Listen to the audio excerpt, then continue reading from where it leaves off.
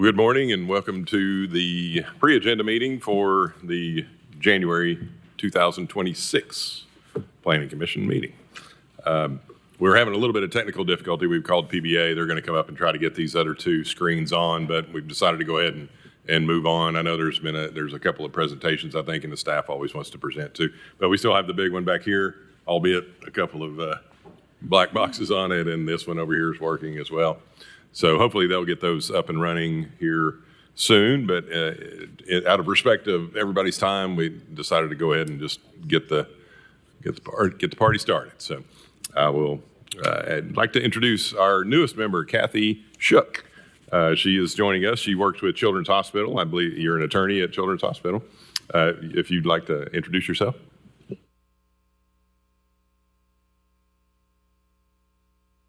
That one? Mm-hmm. Never done this before. General Counsel at Children's Hospital. Mayor Kincannon appointed me to fill the rest of Karen Adams' term, so I'm very happy to be here. I've lived in Knoxville for the last 23 years. I've never served in any capacity like this, so I have a lot to learn. So thank you in advance for your help and patience, and again, I'm happy to be here. Well, thank you very much. Welcome aboard, and we've got a great commission here, a lot of experience, and certainly very open to helping with any questions you may have. So from there, I will turn it over to Amy Brooks. Thank you, Chairman. Good morning, everyone, and Happy New Year. I hope your year is off to a great start. We have a very busy year ahead of us in addition to our day-to-day responsibilities. As you know, we're going to continue to work on the county's Unified Development Ordinance, and we're going to start the process to develop the city's new comprehensive plan. So an exciting year ahead. Our next public UDO meeting is going to take place virtually. It's on January 27th at noon. And our team will be reviewing proposed uses and districts, so it's a really important part of the process here. We are working on identifying a location for you all to meet. Hopefully, we'll get it scheduled for Tuesday, January 27th. I hope that works for you all. It coincides with when our consultants will be in town. So we're looking at 9 a.m. Again, we'll send out some more information about that to make sure that the majority of you all can be there. And of course, that public meeting will be recorded, so you all can watch that. So over the last several months, city and planning staff have been working together to refine the plan development review process. The intention is to ensure that each project is evaluated consistently and is in alignment with the city's established priorities. So we have developed a process that aligns with the city's key development priorities and the public-private partnership process that they already have in place. So you'll notice you'll have an updated flow chart in front of you, which we're going to talk about at a high level. It is posted on our website now. We believe this will provide clarity and direction to all parties involved, including this body.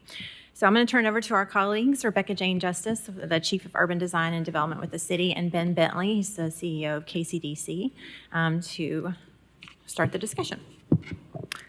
Thank you, and hello, everybody. Some of you I know, and some of you I haven't met, so it's nice to be here with you today to share a little bit of an overview of how the city has established our key development priorities and our public-private partnership, and in turn, how that influences plan development applications. Really, it was around 2021 when the city decided it was time to reorganize, refresh, and realign how we engaged with the private development community on incentives, on economic development incentives. We recreated our team that was formerly known as redevelopment to urban design and development, and created a set of key development priorities that let developers and interested parties that know what was important to Knoxville. You all know with your vast number of conversations and applications that Knoxville's growing, just like all of our cities in the Southeast that are such gems like we are, and we needed to be strategic on how we incentivize projects. So I won't read through this. We do have some links for you so you can read these in detail on your own.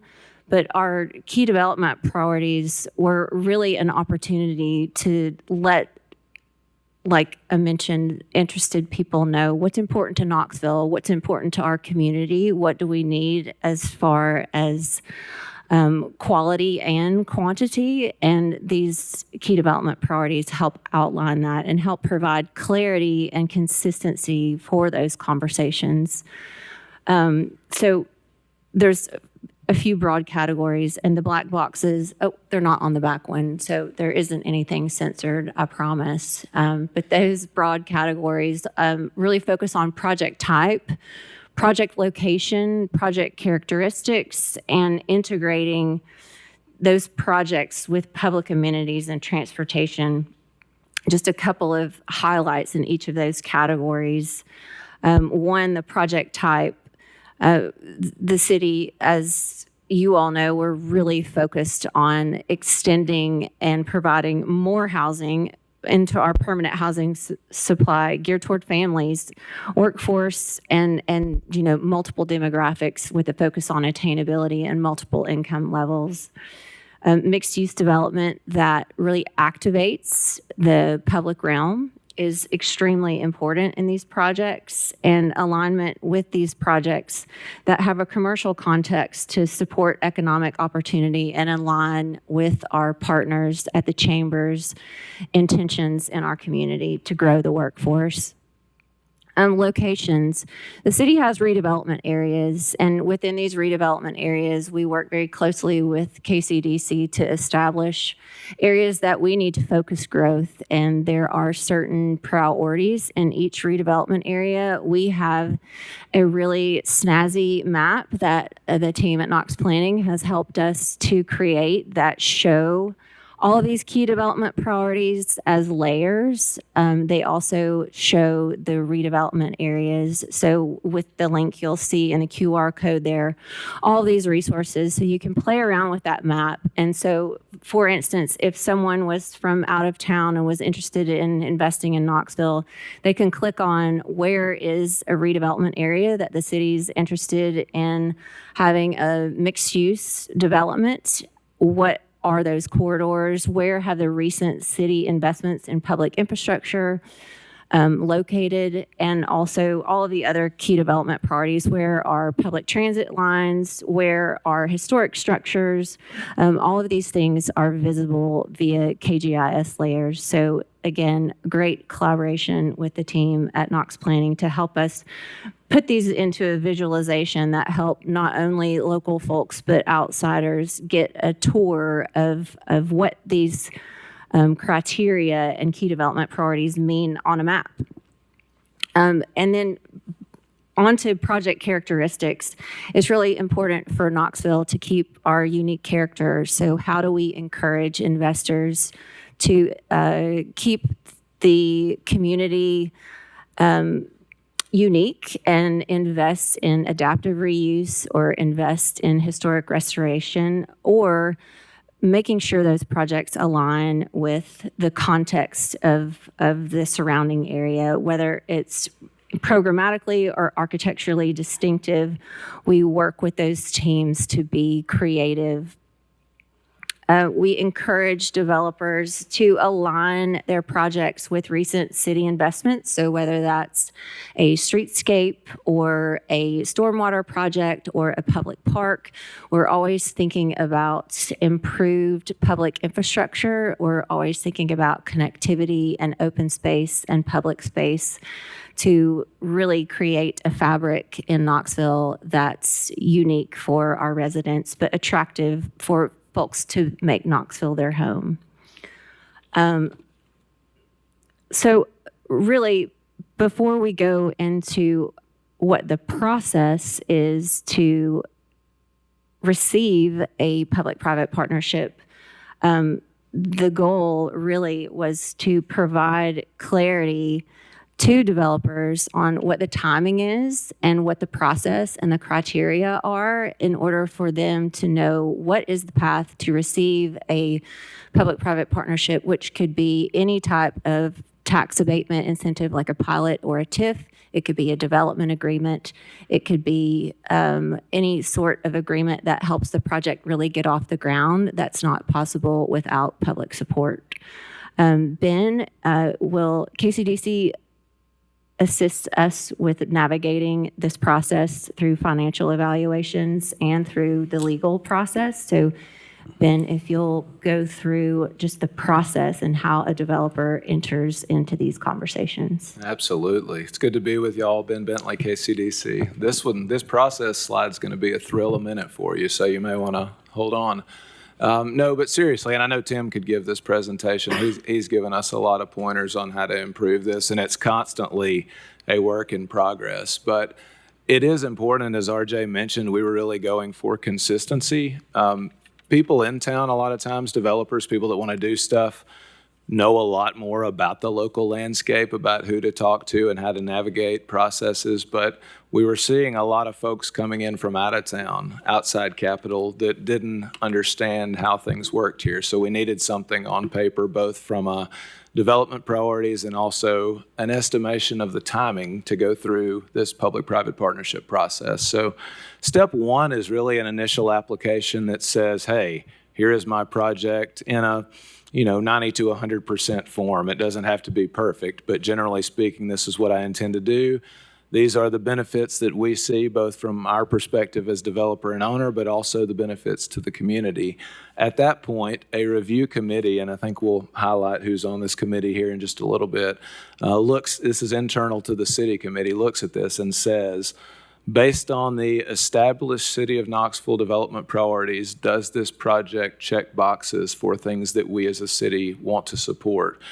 And, it has to meet a threshold beyond just being a project. Knoxville's really pivoted to looking at quality. If we're going to incentivize a project, we want to see quality, and there's a lot of really good work being done right now. So that first step is that committee looking at this and saying sort of an up-down, yes, no, this is the type of project based on the development priorities of the city that we want to support. Step 2 and 3 are both financial. So the first step is a preliminary set of financials that the developer submits to us, KCDC. In-house, we try to kick the tires and validate some of the numbers and the assumptions in the underlying pro forma just to say, hey, construction costs are in line with what we're generally seeing in the market.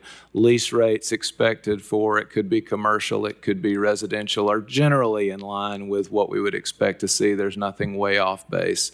At that point, we do like to send this off to an unrelated party to get a review just to make sure that there's one other set of eyes looking on it financially to make sure this is a project that could not happen but for the financial assistance received from both the city and county. And I do want to highlight that because most of these projects, while it's predominantly a city process, there are city and county resources that go into these in the way of tax abatement.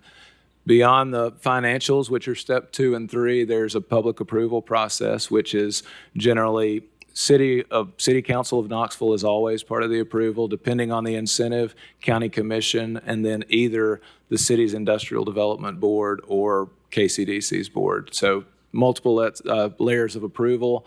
And then beyond that, just the working out of the legal agreement. So, if you look at a payment in lieu of tax agreement, you're thinking, well, all they're doing is freezing my taxes for 10 years. That should be a one-pager. But lawyers have created many, many documents that are, sorry, lawyers in the room, but I love you, 30, 50, 100 pages a piece. And so we finalize all of those, enshrine them that both hold the developer accountable for the things that they have committed to, but also hold the city, KCDC, and the IDB accountable for whatever the incentive is.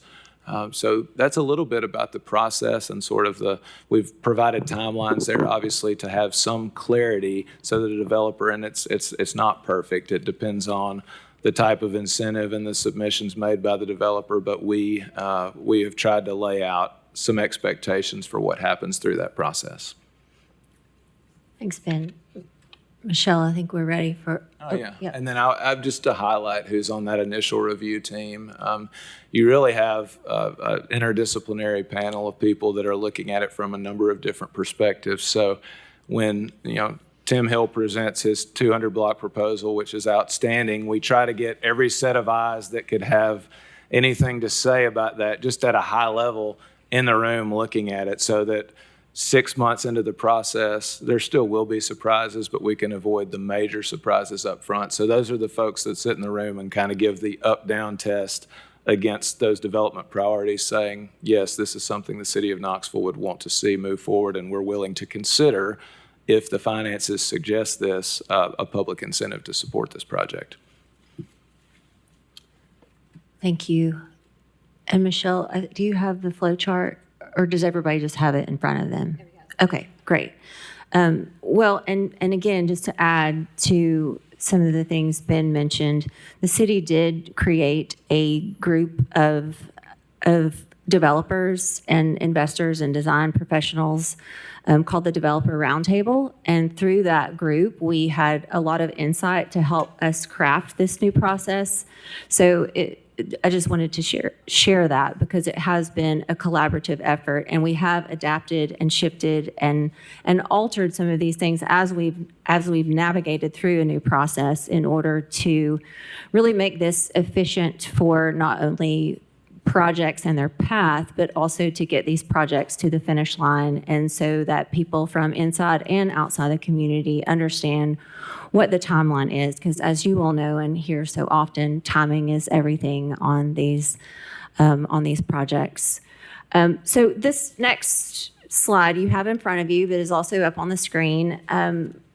Again, the plan development flowchart has been around for a while, and we have newly created in the last few years the public-private partnership roadmap flowchart. So this links everything together. And I do want to emphasize that the shared goal of each of these processes is to identify the public benefit.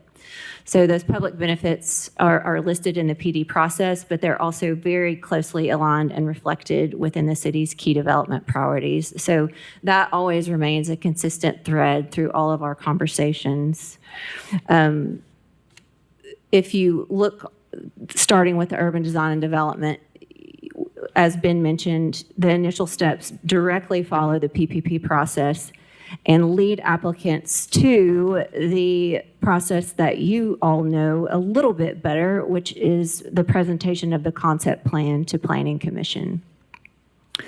And Amy, I don't know if you want to walk through a highlight of any of that, but that we wanted to show how those first few slides that we have combined with the plan development process all into one new flow chart, and the yellow links there will be hot links to all of the information that we've shared throughout the last few minutes. So all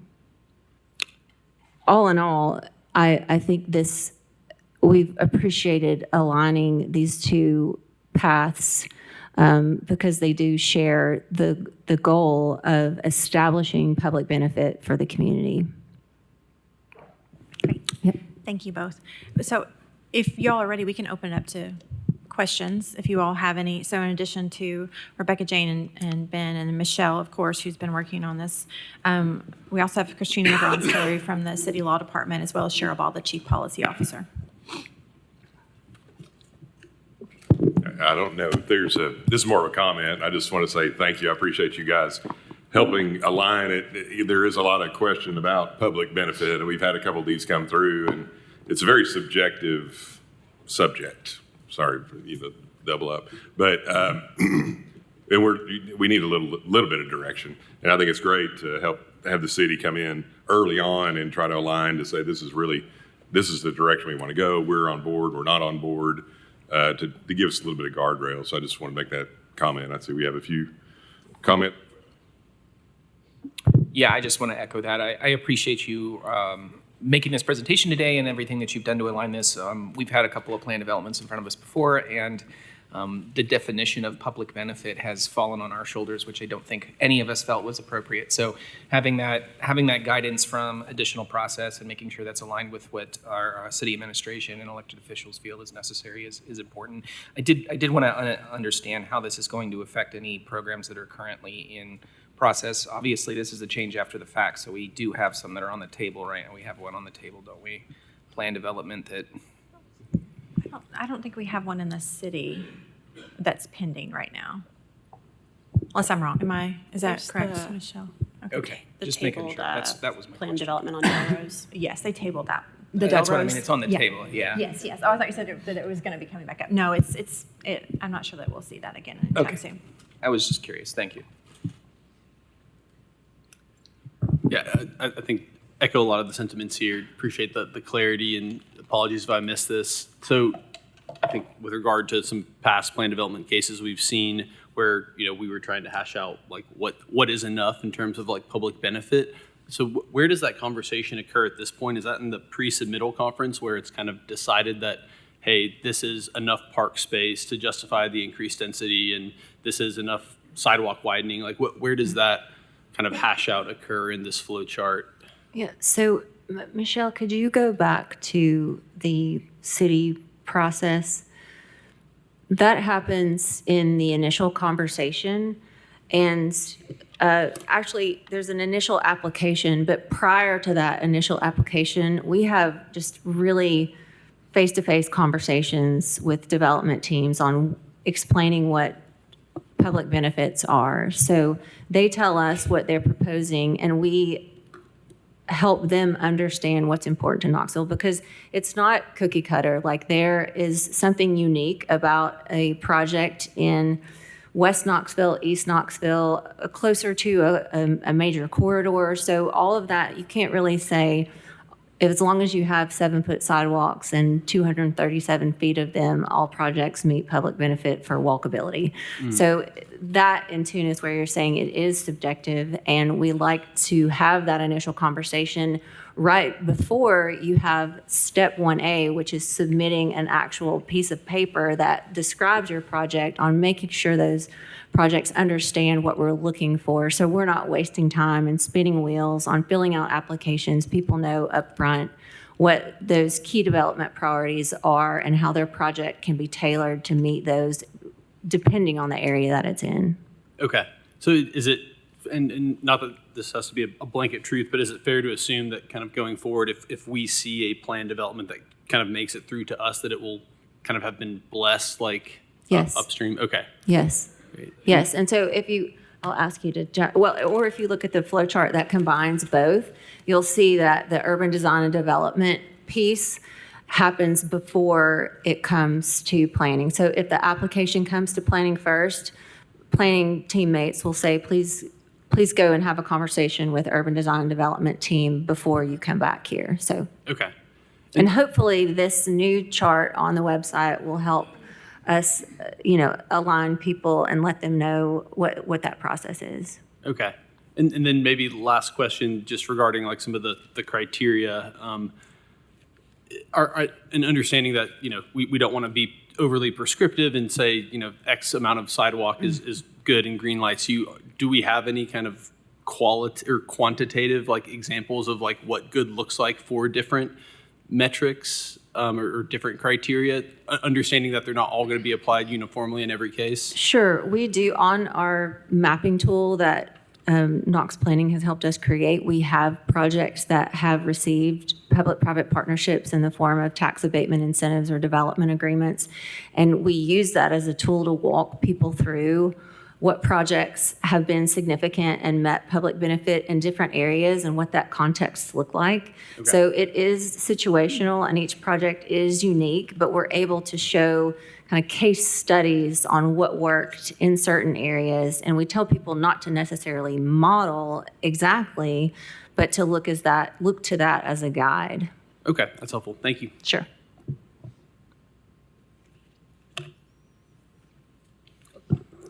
Okay, thank you for this presentation. I guess my question may be for Ben. Where in this process is the financial evaluation taking place? Yeah, so there are really steps 2 and 3, and flip back to perfect. So step 2, preliminary financial review. The developer is submitting some basic financials, some assumptions based on all of their project variables. So project costs, their net operating income, just anything you can think of. We internally, KCDC, we do a lot of, we're doing about 150 million in development at any given point. So we do development in-house. Therefore, we have a pretty good capacity and bandwidth to be able to evaluate other people's developments. We look at that against all of our knowledge of the industry, make sure that everything passes the smell test, for lack of a better cliche. And then once we say, yes, we've validated the assumptions the developer has provided here, then we send it off to a third party. Historically, that has been a group out of Charlotte that does this type of work for cities. And they look at all of the assumptions of the developer again and provide us a consistent report, which is what goes to both council and to the Industrial Development Board that says, based on the assumptions and variables of the developer, we've validated those. We also have calculated an internal rate of return based on a 10-year hold period. We have to find a consistent methodology to be able to calculate a return. We understand not everyone holds for 10 years, and there are differences in the investment approach and duration, but that's the assumption that we use for consistency's sake. And then if the return is within a reasonable range for the type of project, and I'll be the first to tell you, there's some subjectivity that has to be applied to that. I'll use a couple of recent examples, and these are fantastic projects, but Jeffrey Nash did a 53-unit condo development pretty far down Magnolia in an area where no condos had been done. That's a riskier proposition. Therefore, the expectation of a return, we do use a range, 12 to 18% being reasonable. Those are based on industry standards. The range that would be on the higher end of the range if it's a project that has not been done, that may be on a corridor that the city really wants to see redeveloped, creating housing and a product that hadn't been done in that area. And I'm going to juxtapose that to if someone's doing a downtown rental apartment deal, no commercial. Those are difficult. All these projects are difficult, and I'm not minimizing it, but it's easier to ballpark a return and feel pretty confident about the investment if you're doing single asset type in a location that's been done previously. So that was more than you wanted to know, probably. Well, where in this process does it happen? So actually it would be really in the city's public-private partnership, PPP, the top middle where the pointer is there. It's right here. Okay, so before it comes to us, Yes. then, you've already evaluated. Yes. It's already been approved Yeah. based on the plan. Yes. Okay, and I'm assuming the city and the county has the same financial type of criteria for these projects? Yes. Okay, because sometimes, and I'm not talking about planned developments, but Right. there are projects that receive TIFs and pilots that are not planned developments. Yeah. And sometimes the city approves them, sometimes the county doesn't approve them. Yeah, Is that so right? generally the very 30-second version of that, if there is a pilot under 10 years with no commercial, that can be city approved for both city and county.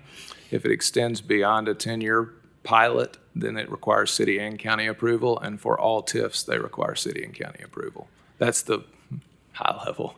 So sometimes we have rezonings that come before us. I'm assuming downtown is part of the redevelopment zone. Is that There right? are redevelopment areas over downtown, yes. So sometimes we have properties that are developers that come before us wanting a rezone and saying they can't financially afford this, assuming, if they don't get this rezoning. I'm assuming they've already reached out to you to get preliminary approval. Is that right? It would typically happen if early on in the process, they may suggest there are financial challenges. And in that first step where they submit initial information, that would be something that would show up in the narrative. But the actual, and I think I misspoke a minute ago, the actual large-scale financial analysis would be probably beyond that initial conversation. Like there's about a 3-month process of financially vetting. So when they're first coming for a rezoning, we probably have not completed the entirety on a downtown project that's not a planned development. We probably haven't gone through the full financials at that point. One thing I would point out, and I know Tim's probably sitting there thinking that, there's a $10,000 fee associated with the third-party review. So no developer's going to want to just sign up with that unless they have a pretty good bit of clarity around land use and entitlements. So typically those are going to take place, and these are parallel processes, but we would not have a fully baked financial assessment on a normal downtown development. We should I mean, I guess this is subjective to you, but should we consider financial feasibility when it comes to a rezone? Because there's always that option that they're going to be able to go out and get some assistance if they are having some financial troubles in developing a property under a certain zone. I'll jump in on that. Okay.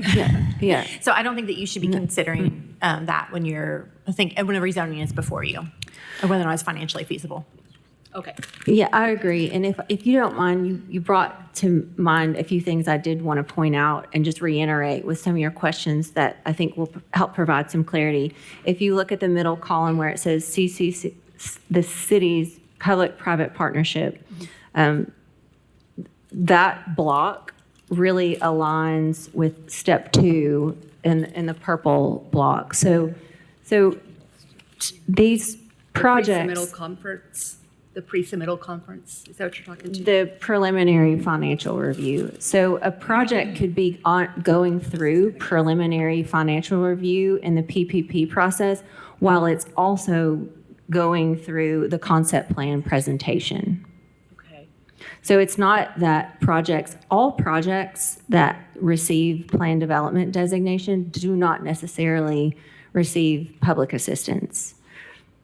That's important to know. Oh, okay. No, I didn't. Yes, so just because you have a plan development designation does not mean that your project is a project that will receive a public-private partnership or vice versa.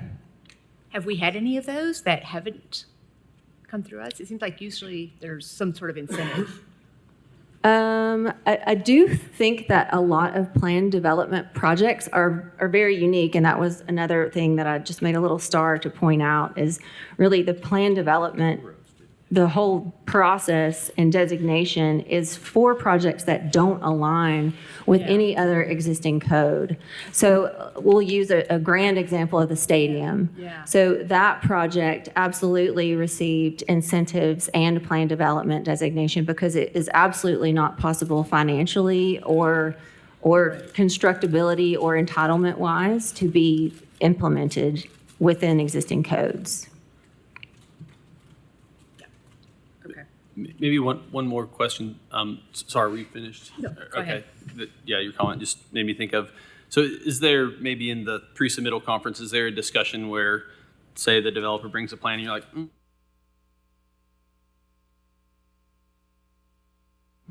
Sorry, and then maybe the counter is, well, I can remove, a building of apartments and add park, but if I'm going to do that, then I'm going to need a pilot to make myself whole on the back end. Like, is that part of the discussion? I just got kicked off too.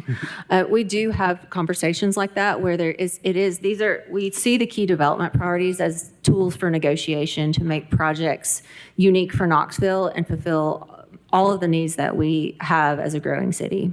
Okay, that's helpful. So it's not just the developer comes and it's a yes or a no and then back to the drawing board, but there's a... Correct. We don't want to design and create their projects for them, but we Right. want to provide guidance and feedback to get them tailored in the right direction. Okay, thanks.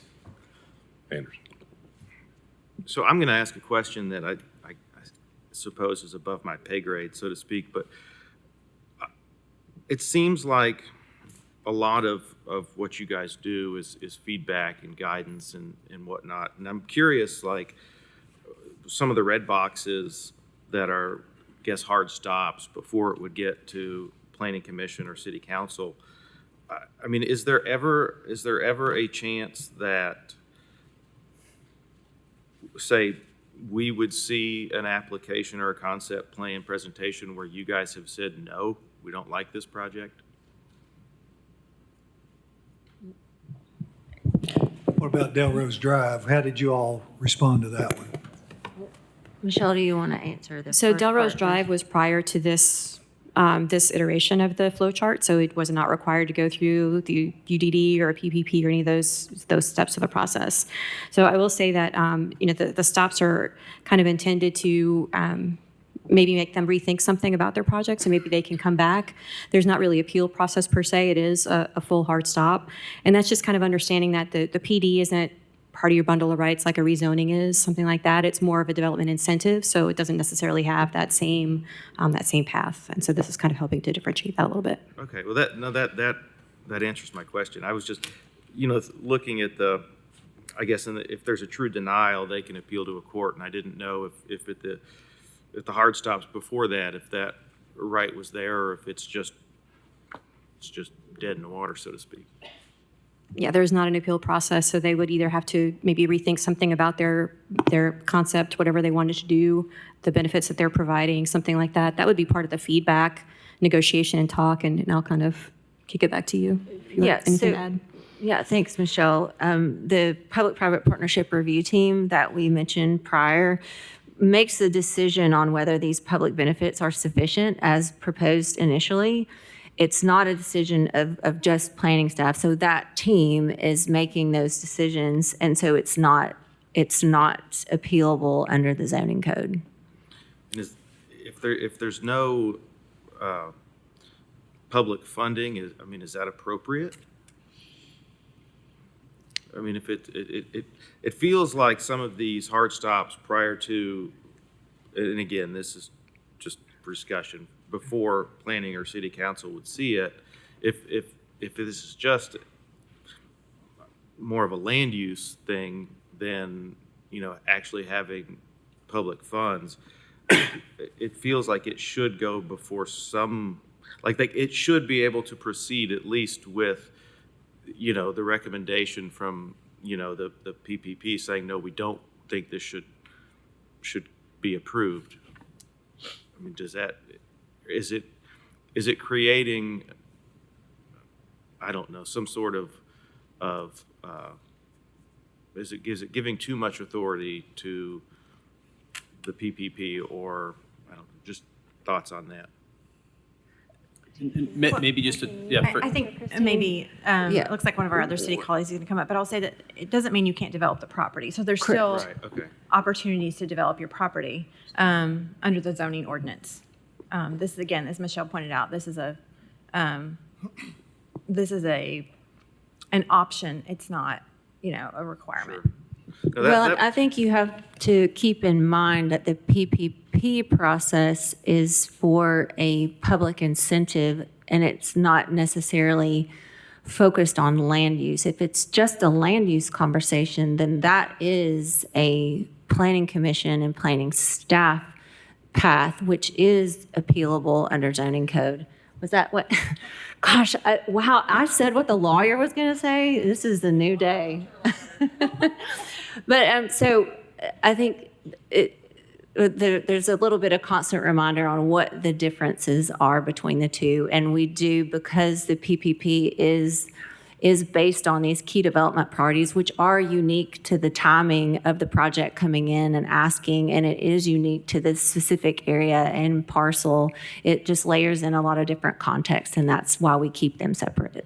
No, that makes sense. And like I said, I personally like the process and understand. I'm just thinking about it from just some of, I guess, what we've seen as far as is feedback from the public.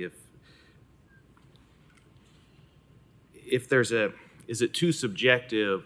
Should there be, even if it's something that doesn't get approved or recommended, should there be another body that gets to decide?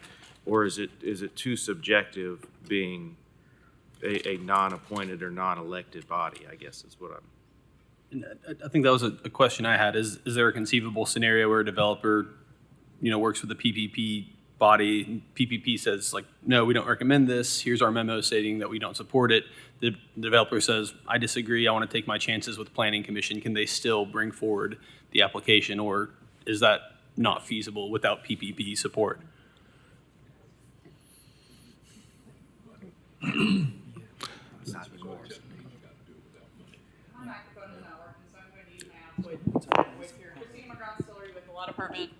Okay, thanks. No, there is no administrative appeal as we've covered, but they could, as always, petition, say, Chancery Court for intervention on that. But no, there is no administrative body appeal because, again, this is something that takes place, obviously because of the zoning code, but not actually under the zoning code. It's made in the decision involving law and policy. Planning just has one seat at the table. I might have missed this, but who exactly is the PPP? Who is Yeah, that part so of? if you look at the very, very, very tiny print at the bottom with the 2 asterisks here, we have plans, review, and inspections, urban design and development, engineering, planning, KCDC, housing and neighborhood development, city policy, finance, law, and operations. Whole bunch of folks at that table. Now, KCDC is a public-private developer. Are they a for-profit developer, KCDC? Do they make a profit? No, we are not. There's no profit. But KCDC has the ability to kill a deal that might be in conflict with their interest. Would that be safe to say before anybody else could see it? Without additional context, no, I don't think so, but I'm not sure the context for that question. The context would be like, let's say a developer proposes something that, maybe this body would think was a great idea. But considering KCDC is also a for-profit developer, it just seems maybe like a conflict of interest. Does that make sense? Well, that's actually the purpose of the initial group, is to get everyone at the table making the determination as to whether there is a public benefit, because we would not want that on our shoulders for sure. I think I understand what Commissioner Browning is saying. I think that is part of why I'm asking these questions. Is I'm speaking above my pay grade because this process has been vetted and thought out, and But I do see a scenario where somebody makes that claim when it doesn't come before. I mean, it feels like there should be. Again, I think it's completely different if there's public funding involved, but if there's not, it feels like there should be an appointed or elected body that gets to see a plan, even if it's not recommended.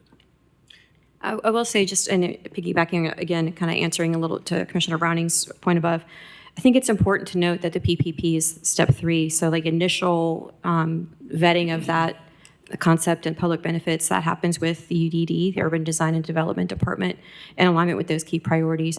And I also think it's important there's a teeny tiny text on your page that it's right under the title, and it's that first statement from Article 16.7. So plan developments are designed for projects that don't align with any existing code. They're intended to encourage and allow more creative and flexible development land than is possible under current zoning regulations.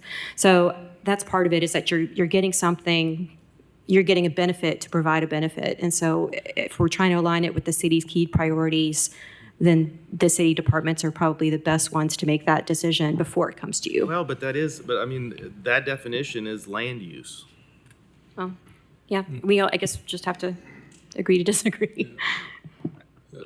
So we might want to almost table a little bit of this, because we've only got about 45 more minutes to go. I mean, it's all great discussion, and I think these are things that we need to take into consideration, but maybe in a more of an office meeting for a workshop or something that we can discuss it a little bit more. But for today, thank you for all the information. I think we're heading in the right direction. I think there's valid discussion going on, but we're definitely heading in the right direction, and thank you so much for that.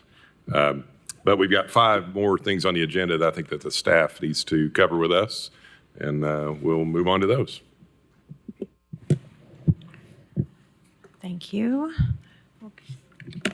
Maybe take just a minute here. Okay, looks like we are ready to get started. So agenda item number 8, which is a sector plan, 1-year plan, and rezoning. I'll turn it over to Jesse.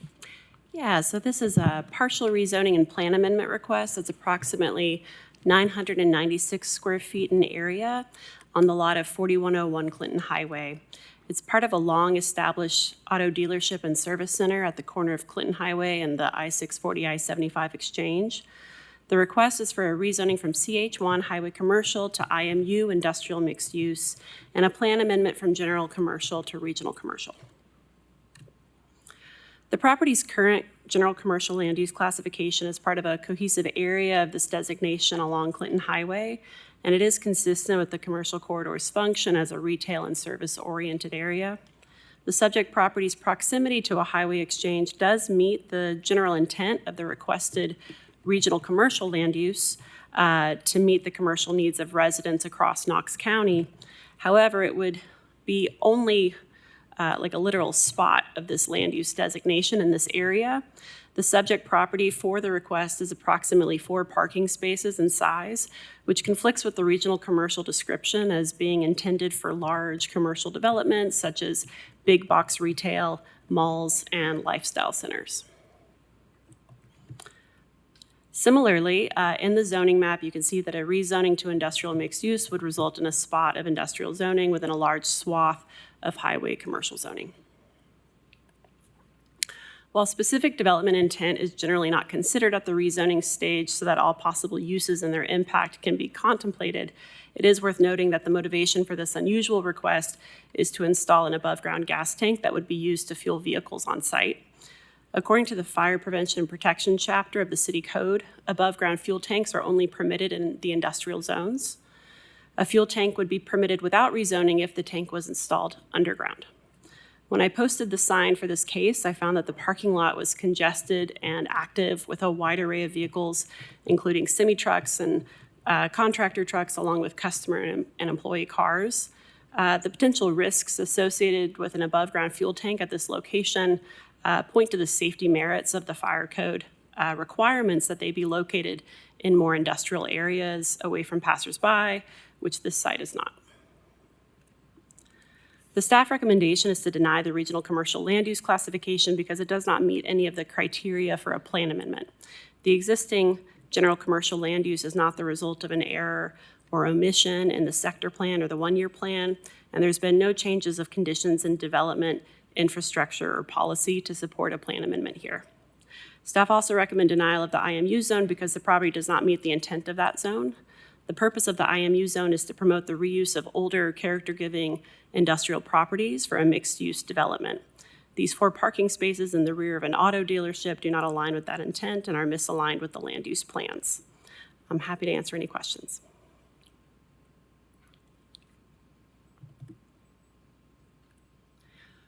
Okay, seeing no questions, we'll move on to item number 22. This is a request to rezone 7.83 acres at 9717 Ball Camp School Road from PR at 2 dwelling units per acre to PR at 5 dwelling units per acre. This property is located near the intersection of Middlebrook Pike and Shawd Road and directly across the street from Ball Camp Elementary School. The front half of the lot is within the suburban residential place type, which permits consideration of PR zoning up to 12 dwelling units per acre. The rear half of the lot is in the rural conservation place type, which only permits a maximum of 5 dwelling units per acre and generally requires conservation of 50 to 70% of the area. Much of the property is within the hillside protection area, and the RC place type in the rear corresponds to the steeper forested slopes on the lot. In the zoning map, you can see that this property is near a commercially zoned corridor, and it's surrounded by agricultural zoning, but it's also in close proximity to other PR zoning at densities ranging from 5 to 12 dwelling units an acre. The slope analysis for this property recommends disturbing no more than 2.52 acres within the hillside protection area due to significant portions of this lot having slopes that exceed 25%. In the aerial map, you can see that much of the hillside is undisturbed, with some clearing in the south where it is less steep. The property's access on Ball Camp School Road is narrow, with a pavement width that ranges between 14 feet and 19 feet. Staff recommend approval of PR up to 5 dwelling units per acre, subject to 2 conditions. This increase in residential intensity is supported by the nearby Shawd Road capital improvements, which provide more infrastructure capacity for residential development. There are new sidewalks and crosswalks, and this is spurring service-oriented commercial development and residential development along Shawd Road and Middlebrook Pike. This property is located at a safe walking distance from an elementary school, and it's near the recreational assets of Ball Camp Park and Nicholas Ball Park. Use on review for a large daycare center nearby was approved last year, and to my understanding is being pursued, though has not been permitted yet. The recommended conditions for approval would mitigate potential impacts from more residential development at this specific location. Condition 1 is that Ball Camp School Road be widened from the subject property's access point to the intersection at Middlebrook Pike per the requirements of Knox County Engineering and Public Works. This coordination would occur before a development plan is permitted. Ball Camp School Road is narrow and unstriped, so this condition would bring it up to current street standards and accommodate an increase in traffic from new residences. Condition 2 is that no more than 2.52 acres within the hillside protection area be disturbed per the slope analysis recommendation. This undisturbed area would be protected as common area in a development plan. This lot has 1.61 acres that are outside of the hillside protection area and can be fully disturbed. So this condition provides a total of 4.13 acres of developable land. The requested PR density of 5 dwelling units an acre would yield a maximum of 39 units on the lot. Condensing that unit count onto the developable area would appear as a density of approximately 9 dwelling units an acre, and that is a residential intensity and housing form that can be considered in the suburban residential place type, comprising the front half of this lot, where the slopes are less steep. The disturbance restriction also supports preservation of the rural conservation place type in the rear, which aligns with the purpose of that designation to maintain the scenic and rural assets of the area. This rezoning with the conditions aligns with the comprehensive plan and provides more protection for the forested slopes and street infrastructure than the current PR zoning does. I'm happy to answer any questions.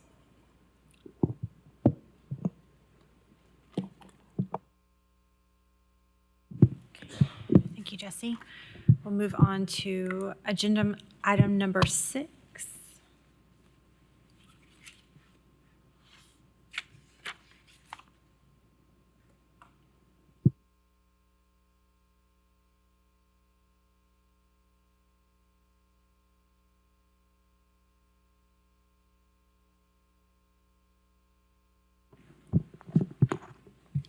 All right, this is a request to rezone an approximately 12,000 square foot property located at 3109 Chapman Highway from CG2 General Commercial to CH1 Highway Commercial. The hillside protection overlay would be retained. This request requires a plan amendment to the city's 1-year plan from the South Waterfront Mixed Use District Type 2 land use classification to the MUSD SC4 Chapman Highway downtown to Martin Mill Pike Mixed Use Special District. The subject property is located south of the Henley Street Bridge and the Tennessee River waterfront, one of the fastest growing areas of the city with several new apartment and townhouse developments constructed since 2018. Abutting the subject property are 2 new duplexes under construction and the roadway entrance to Fort Dickerson Park in the Augusta Quarry. The entrance to the park was improved in 2017 to become a more prominent focal point on Chapman Highway. This area is within the study boundaries of the South Waterfront Vision Plan and the Chapman Highway Corridor Study, as well as the Chapman Highway Implementation Plan, which provide recommendations for guiding development and transportation improvements. The plans call for transforming this segment of Chapman Highway south of the Henley Street Bridge from a suburban strip highway to an urban boulevard to create a more pedestrian-oriented environment. Supporting this vision, the City of Knoxville was awarded a $17.8 million Safe Streets for All federal grant in 2024 to implement major safety improvements along this section of Chapman Highway by installing landscaped medians and a wide shared use path. The existing South Waterfront Type 2 class is based on the study boundaries of the South Waterfront Vision Plan and is a more contemporary land use category that was created to expand opportunities for mixed-use development. This district permits consideration of a wide range of zoning districts, but it is limited to those that require Planning Commission special use approval. The requested SC4 district also supports increasing mixed-use development, but the primary difference between the two is that the SC4 district allows consideration of the highway commercial zoning district, whereas the Type 2 district does not. The subject property is part of a cohesive block of CG zoning, which is intended to promote mixed-use development in a pedestrian-oriented environment and offer flexibility in the creation of integrated commercial, office, and residential spaces. The requested CH1 district is intended to accommodate higher intensity commercial uses of predominantly auto-oriented character. Although there are numerous auto-oriented establishments along this section of Chapman Highway, a key difference between the CG2 and CH1 districts is that the CG2 district requires special use approval for auto-oriented uses to mitigate potential impacts, whereas the CH1 district does not. Furthermore, the CH1 district does not have design standards, whereas the existing CG2 district has design standards for new construction and regulating building facades and requires a cohesive character for all commercial site design. For these reasons, staff recommendation is to deny the plan amendment and rezoning requests because the CH1 district at this location would not support the area goals for increasing pedestrian activity, as well as could disrupt the character of the area. Are there any questions?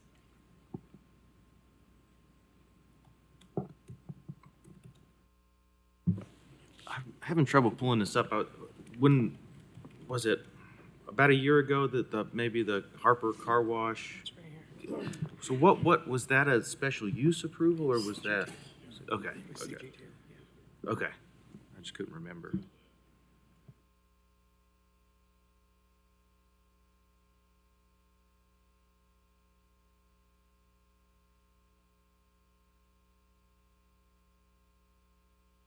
Okay, right. Thank you, Kelsey. Now we'll switch computers here and turn it over to Samuel.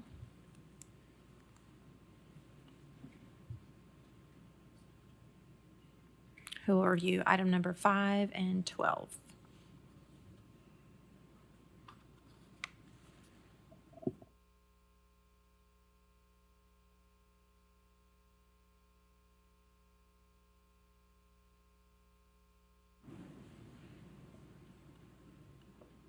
Looks like we're having technical difficulties again. It might be that side. I wonder if it's that side of the.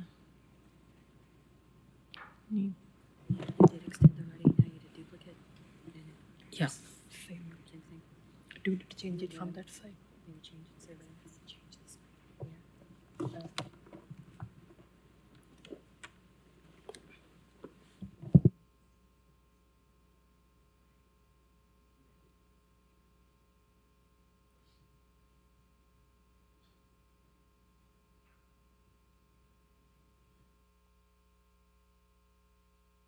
Thank you, Jesse.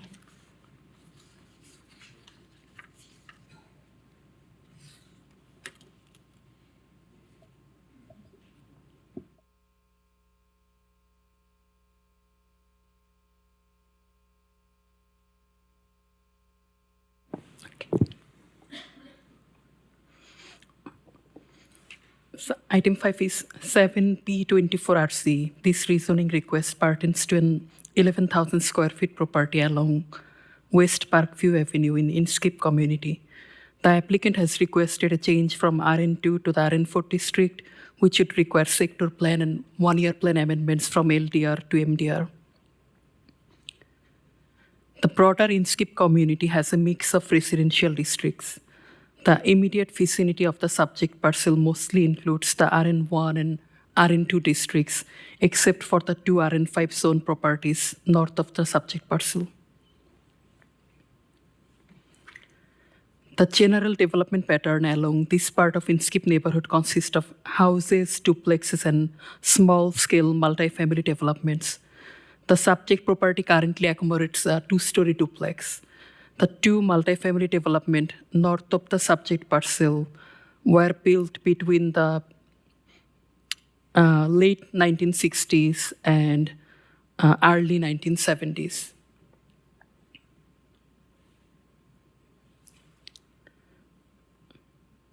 There have been some infill house and duplex developments in recent times on properties zoned RN1 and RN2.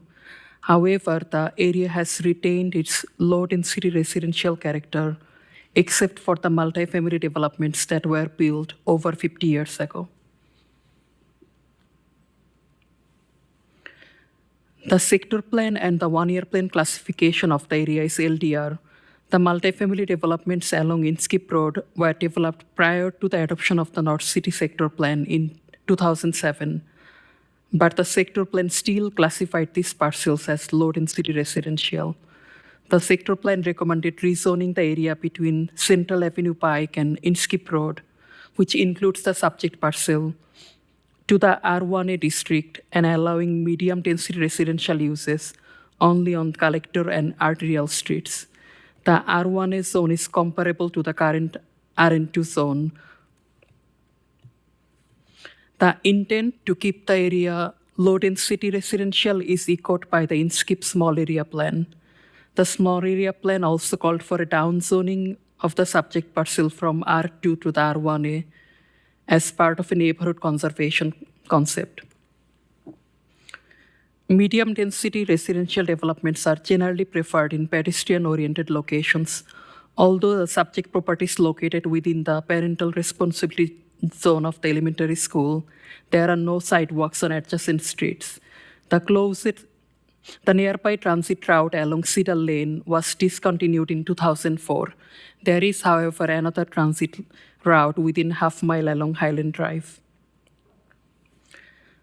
Staff recommends denial of the MDR classification and the RN4 district because the request runs counter to the recommendations of the sector plan and the small area plan. While there are some significant development changes in the broader INSKIP community, the development trend in the immediate vicinity do not warrant these amendments. Due to small lot size, an RN4 development could feel much denser than that of the surrounding area. The increased density that could result from RN4 is not supported by the lack of pedestrian connectivity. Although the property is adjacent to a major collector street, the property is accessed by West Parkview Avenue, which is a local street. Overall, the property does not meet the location criteria of the MDR classification that you can see on the right side of the slide.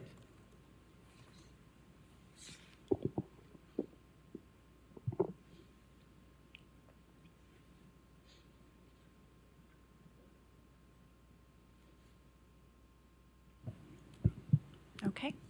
Thank you, Samuel. Move on to item number 12.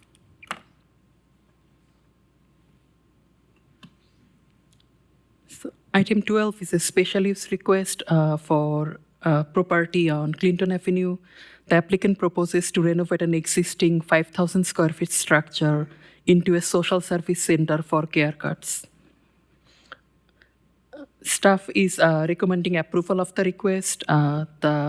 In the plan, you can see there is a large open space for flexible uses and smaller rooms. We received several public comments and we have several public opposition requests. Most of the public comments pertain to the effect of the proposed use on the surrounding properties.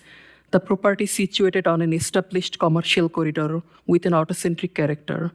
Access will be directly from Clinton Highway, a major thoroughfare with a transit route. There are some public comments pointing out a lack of sidewalks. There are sidewalks nearby to the west that you can see in white, and the city sidewalk study prioritizes connecting the sidewalk gaps in this area. Some comments were made about an inadequate number of parking spaces. There are existing parking spaces on the lot, and this will be further verified during the permitting process. We just wanted to put it on your radars because there is a significant number of public comments in opposition. Just curious, like, why is the special use even required? Was it previously retail? Social service provider requires a special use in the CG district. Okay. Okay, yeah, I guess just from my perspective, like retail is somebody coming in to use a service, and that's somebody else coming in to use a service. It feels very akin to the prior use generally, but understood. Samuel, is there a bus route that goes that far out or no? There is a bus route. Yeah, that was going to be my question. I know there was access questions about the sidewalk, but is there a CAT bus line there? I mean, I think that's a wonderful way for people to access it over there.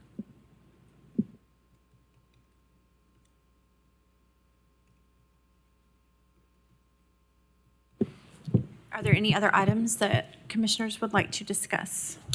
You know, now that I've had a chance to marinate on this proposal, this plan development process earlier, I've got serious concerns about KCDC being part of the PPP team. Serious concerns. And I would like to try to put together some kind of workshop or something with this body so we can really understand KCDC's role in this whole thing. Yeah, I mean, Amy and I were talking about not necessarily the specific part about KCDC, but there's some questions that we were going to try to get together to decide how to address it, and certainly more dialogue needs to happen with regard to it. I think there's some valid questions. I think Amy had a comment too. So any concerns related to the public-private partnership, that is wholly a city process. We are just asked, we are invitees to that, so we have no authority over how that is structured. And when I say we, I mean planning staff or this body. That is a city process that has been set up specifically to handle those public-private partnership evaluations. Now, we can take into consideration and put together some thoughts based on feedback from you all around the plan development process and provide that to the city as additional, commentary. Can you clarify, if there's no public funding, and let's say it's gotten through the design and development review, the pre-submittal conference, does the PPP still weigh in even if there's no public-private partnership? Yes, because it is considered a public benefit, so they are evaluating the public benefit. I would maybe just, kind of weigh in that I think the public benefit that's being considered in that situation where there's no actual pilot or TIF feels very similar to like a public benefit of an upzoning that we would normally see. So to me, that feels very land use-esque, and so it feels a little confusing to have this secondary body kind of weighing in deterministically on a purely land use, or what I would consider a purely land use kind of case, if it's purely plan development without any TIF or pilot. So I agree, more conversation would be good. You consider that by the time it gets to this point, to that point, I mean, if you follow this process, I feel like somebody could have really a lot of money invested in a project by the time it gets to that they've already thought they've had this approved, and then, as I think Ben said, I mean, there's not going to be any major roadblocks when you get to that process, but what if there is? And somebody arbitrarily decides, or arbitrarily is the wrong word, arguably arbitrarily decides. And again, I get that that's not really necessarily something we have to concern ourselves with. It's just a comment on what's in front of us. Yeah, I think, this is a massive conflict of interest, a massive. I mean, you have a body that can decide one way or the other on a development to where, it could potentially interfere with their own business interests. There's nothing right about that. And I'm just wondering do we have any authority to do anything about it? Yes. Those are concerns that you can share with the city administration. There are representatives from the city administration here related to that public-private partnership. I guess, speaking specifically about the plan development process, our intent is because we have seen applicants as well as this body and staff really struggle through that process. So what we've tried to do is provide some additional clarity about what that process is. And allow conversations to happen really early on about what public benefits will be supported by the administration. And before people spend too much money going down that path and get caught up in that approval process. That's the intent. And I think to me, there's maybe a distinction between, I think it's great that you could warn the developer, say, hey, this does not have the blessing of the urban design and development group. This doesn't have the blessing of the public-private partnership group. But if they want to go at risk and bring that project forward to this body, like that's their, to me, that feels like their decision, I guess. And if there's a group before that's saying, no, you can't do that, that feels a little bit out of place, I guess, to me, for just a plan development is the point I'm making. But I appreciate that there are these conversations happening earlier to try to garner that support and inform the developer of either a supportive or a non-supportive group. So just to clarify, how would the process work today prior to the implementation of this new? Well, this is the process under which we'll follow What going is it? forward. What would the same project look like today prior to this process, this new process? So a good example is the one that came before you recently. I'm just blanking on the name of the road. Yeah, Delrose Drive. So you've already answered my question. Yeah. So anything that would have come before this body prior and now does not is where I think the conversation needs to happen, because that's taking away authority that was once within this body. Well, you all still have that authority. It'll still have to go through that process of If you it all evaluating. passes. If it, yes. That's where I am yeah. on this. I think that's the conversation that we can't just gloss over, right? I think that no matter how the outcome ends up being, I think that's the nugget that needs more thoroughly vetted, because you're talking about taking away existing authority and stopping the appeal process and no report. I mean, it's like a double whammy almost. So I think that's where the crux is. So is this structure already approved and in place, or is this going to approval somewhere? Yeah, so I think what we'll do is we'll take your thoughts and, in the discussion today, and have an additional conversation with the city administration about this. Again, this is not wholly our decision about how these get looked at. It is the city's code. The city administration has a role to play. So we'll have those additional conversations with them and talk about the concerns that you all have. So anything, though, that takes away authority of an existing appointed or elected body, what is the unilateral authority of another body to take that authority away? What is the authority with which they have to implement that withdrawal of authority already placed somewhere else? So I don't know if Christina wants to speak to this now, or we can come back to you all. I don't necessarily want to. Thank you.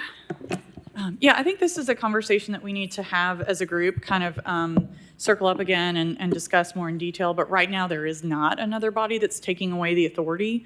What is happening is that there is a city and planning group together that is helping to make decisions on what is the public benefit and whether that's appropriate as far as the city's key development priorities are concerned.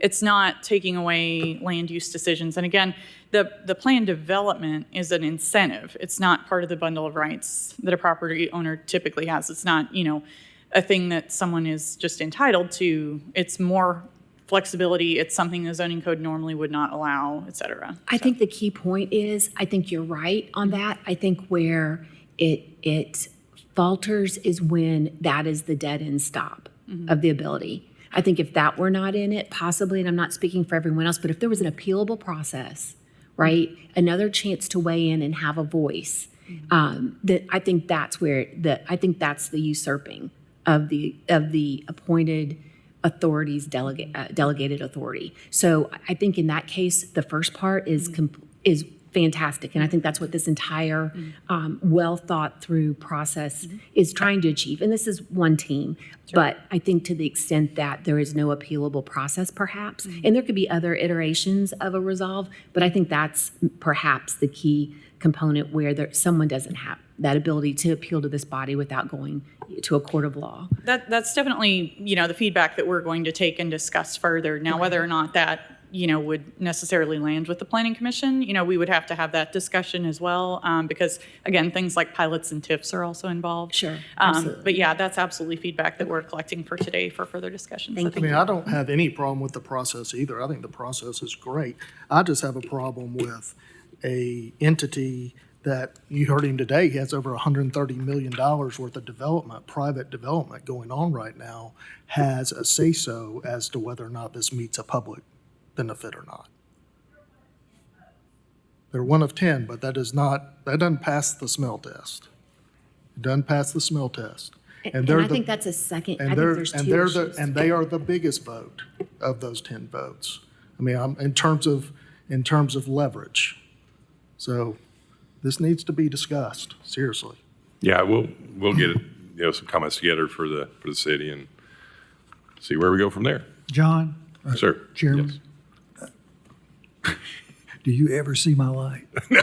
Okay. I apologize. I didn't see it over there again. I just want to clearly understand, I won't take but a minute here, on Delrose Drive, because I think this is a case that might give us some clarity. That was one that potentially may have moved forward without incentives, could have moved forward without incentives, but was under planned development. So they, under what we have been doing, they were able to bring it forward.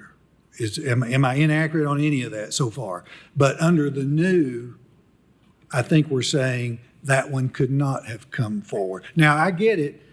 If the PPP and the other, I call it redevelopment, economic development, whatever, if they don't support it, you can bet your bottom dollar they're not going to get any tips or pilots or any type of financial help. But I don't think Delrose would have ever come before us tomorrow. Is that correct? That's the way I would understand it, yeah. I mean, I caution you on saying. I think that's important to define that distinction for your all's conversation about how you might want to tweak this. Because it seems like some of the concerns like that Tamara had, that Matt had, they're saying, hey, Delrose Drive might have been something that the community wanted that you all don't want to support financially. I just think it's something to contemplate. I'm not sure where I would land on it. I'm not going to really provide a whole lot of clarity here. I just wanted to say that we have had a number of plan developments come through the PPP process. Delrose didn't start there. That's not where it started. And so that's why we're trying to provide this kind of clarity, is to avoid putting you all and us both in a similar situation to that. So because we do have some that have followed this exact process, I mean, we've had a number of them come before you all that have gone through this exact process, and then we have had some that haven't, and we just recognize the need to provide the clarity for consistency for all of us. And so I don't disagree with you that the Delrose is a good example of a project that we can definitely do an analysis of and look at that, because I think that that's true. But what we were seeing is some were coming through this process because they understood that that was the process they needed to go through, and there weren't any specific incentives necessarily. But then in others were coming directly, and we just felt like it was important to get consistent across our community. But I think we fully support that process. It's just the fact, had they gone through that process and you all not supported it, I think some of my colleagues here are saying, hey, they need another They didn't have an appeal. I get it. Yeah. We get it. We hear you. Yeah. Loud and clear, I promise. yeah, and I think the whole thing is, the key word is subjectivity. There's a board down there, or 1 of 10 votes, that type, however many there are. There's 15 of us that have an opinion about it too. That's the beauty of plan development, though. It is subjective, where we can look at it and make decisions and with that type of thing. So I don't disagree. If there's public funding involved, 100%, it's going to be out. If it's not, maybe some sort of appeal process that still allows it to move forward, like a staff recommendation to us, and we take that into consideration, and then we make our opinion made through a vote, a public vote on if we feel like it is a public benefit or not. But I love and really appreciate the direction of getting there, that recommendation coming from there. That the whole KCDC thing's a different animal, I think, we need to talk about. But the process, I think it would be good if we had some sort of appeal mechanism only on ones that were not supported, that did not have any sort of city funding. All right. Matt, did you have one more? I just wanted to say, since I may have kicked off this conversation, that I'm not attacking in any way what's here. I think it's wonderful. Everybody up here cares about this community, and I think we're just kind of trying to troubleshoot, so to speak, and think about what might crop up that is not well received. So, no, thank you for your comments and the feedback. I'm sure it's well taken. So we'll all get together and see what we can come up with. But if there are no other questions or issues, I want to clarify something. So the special use for care cuts, there is not a transit route in front of the property, but there is one at the intersection of Merchant Drive and Clinton Highway, so about 1,000 feet to the west. Perfect. Thank you for the clarification. And we will be adjourned. Thank you.